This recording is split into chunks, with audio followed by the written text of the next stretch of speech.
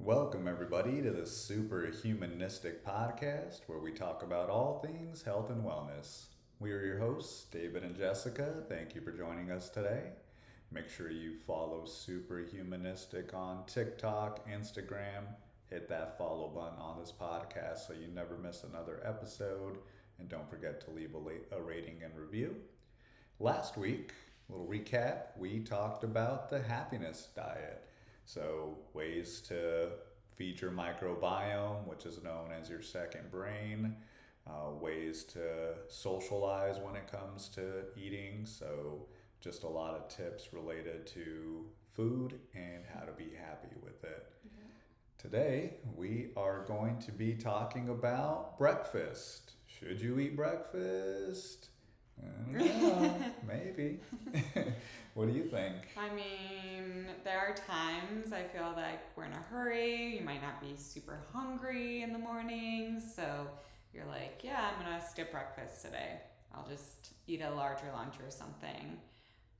But that's exactly why we shouldn't skip breakfast, even if it's eating something small. So things that will happen when we skip breakfast, or why we shouldn't skip breakfast, is that the morning meal really is what helps us to kick off our metabolism.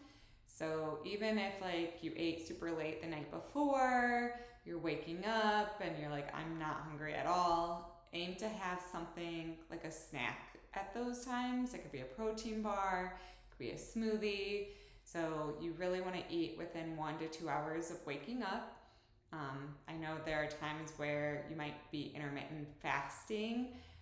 During those times, it would be okay to skip breakfast or to have a later breakfast, but you do want to make sure the other times that you're not intermittent fasting, you're eating within 1 to 2 hours of waking up, and more than just that morning cup of coffee, because that is also sugary or can be sugary if you're adding in those creamers and heavier like oat milks and things like that. That can make the coffee a little bit more fattening, which you also want to try to avoid in the mornings as much as possible.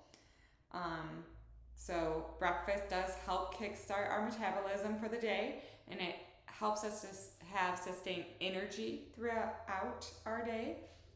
Energy not only that we need for physical energy, but for our mental energy as well. It supplies you with important nutrients, aiming to eat better breakfast foods, of course. So you want to eat more of the higher fiber foods in the morning, and protein as well. So again, smoothies is a good option for breakfast, especially if you're not typically a breakfast person. Eggs, with veggies on the side, chia pudding, fruit salads, different fiber-rich foods as well.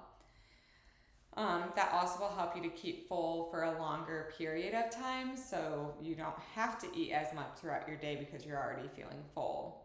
And then breakfast does prevent you from feeling overly hungry later in the day. So if you eat a good breakfast, then you're not going to overeat later in the day. You'll feel like kickstart that healthy eating throughout your day, just by starting with a healthier breakfast or a healthier meal to begin the day. So those are kind of the why we need to make sure that we're having breakfast. And again, it's within 1 to 2 hours of waking up. So if you want to stretch it to that 2-hour mark, because you're like, I'm really not hungry, go ahead and stretch it to the 2-hour mark, but you want to aim to eat within exactly at like that 2-hour mark then. Breakfast also helps your blood sugar to be stable. So having that is going to give your body that energy it's needing to go to work or whatever it is that you're gonna go do for the day. So that's what I have for like the importance of breakfast, why we need to eat breakfast. And I know you have a little lot bit of great more tips there. Definitely get that energy boost by having a well-balanced breakfast. Also, you mentioned the weight management there. So just really helps control your hunger and reduces the likelihood of overeating later in the day. So that's always good. And yeah, one of the other benefits will be better memory and focus as well. You'll be able to concentrate more. It can really improve your cognitive functions like memory and concentration, making you more productive either at work or school or whatever tasks you have going on for the day. So that's another important part of having breakfast. Mm-hmm. So what else do you have for us? So what you should aim to eat then for breakfast would be foods like yogurt with granola. You can have oatmeal with berries, a banana with some peanut butter. So again, if you're not like super hungry, try to have at least a banana then with some peanut butter on the side to get in that protein. Protein bar, the brands that we typically stick to, at least recently, has been the Kind brand. So even for our granola, we'll stick to the Kind. We've downloaded this app that is amazing. It's called Yuka, and so YUKA, has like a little carrot on it. But you scan barcodes, so we'll be at the grocery store and we'll scan a barcode on one of the foods that we're like, oh, this looks good, we want to buy this, and then we'll scan the barcode and it tells you the nutrition value. So sometimes it'll be like 54 out of 100, and we're like, probably shouldn't buy this then. So we'll put it back on the shelf. But then it also gives you alternatives, so other better brands that you could buy for that same product. So it's such a good app. Recommend using it, but that's how we found out that our granola that we were buying wasn't actually the best for us. It actually was rated in the poor range, so we decided we were going to switch up, and Kind was the brand that came up as in the excellent range. So sticking to the Kind protein bars and granola. Smoothies are a really good option for breakfast. I typically will do a smoothie every once in a while. I don't always have smoothies, but I try to incorporate that, especially if I notice I am hungrier in the morning, or if my lunch is going to be a little bit lighter. That's when I'll make a smoothie in the morning. I have them every day, and we're going to be doing an episode on smoothies, Yeah. so stay tuned for that. We'll talk about some great smoothie recipes. Yeah. You want to avoid those sugary foods, so stay away from like the Frosted Flakes and those sugary Cocoa Puffs that we all grew up on. Cinnamon Toast Crunch, one of my favorites, but not good for you, especially for breakfast to start your day. It's actually going to make you even more hungry when it comes to lunchtime. And then you could even eat foods like the lunch foods. So if you're like, I am just not a breakfast person, like food wise, that's fine. You can stick to having just like vegetables in the morning as well, or like something that you would eat for lunch you can have in the morning. Of course, you want to make sure that later in the day, then portion size wise, you're going less, but you can have those foods for breakfast as well. So then negative impacts, so things that could happen when we skip breakfast to our bodies.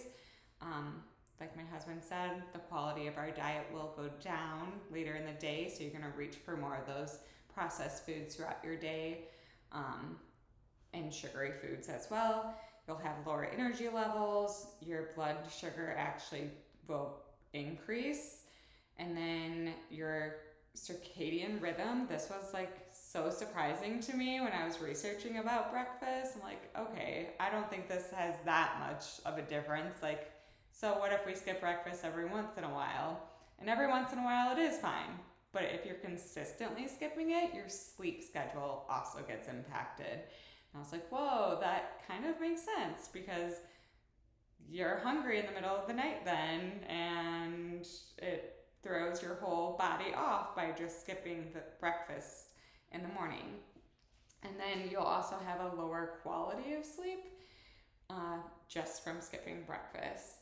You're putting yourself at risk of being or becoming obese, and then with that, type 2 diabetes as well.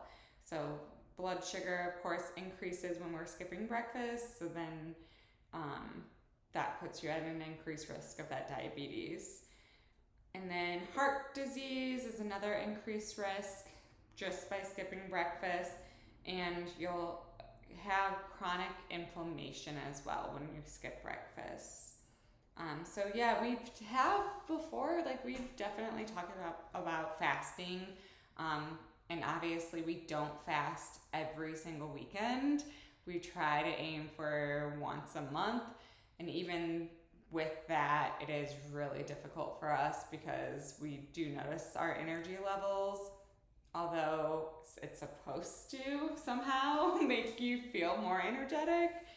I don't know that we've experienced that ourselves yet. So it's hard when you're skipping meals to go through that. So intermittent fasting can be good, and it does help with losing weight. I know we have had previous episodes about intermittent fasting. We're not saying not to do it. We're just saying breakfast is also important for you. So maybe timing your intermittent fasting a little bit different to make sure that you're getting a good, healthy breakfast. All right, so you heard some consequences there. I mean, you can build some insulin resistance by skipping breakfast, which is a risk factor for type 2 diabetes.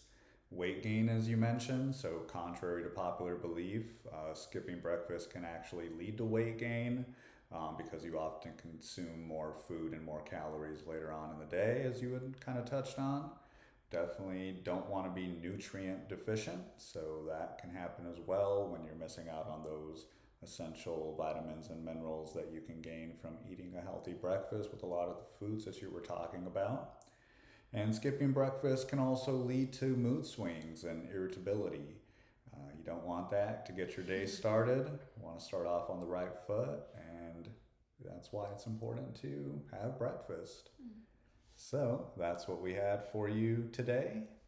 And make sure you join us next week and go out there and live a healthy and happy life so you can be more superhumanistic. See you soon. Bye.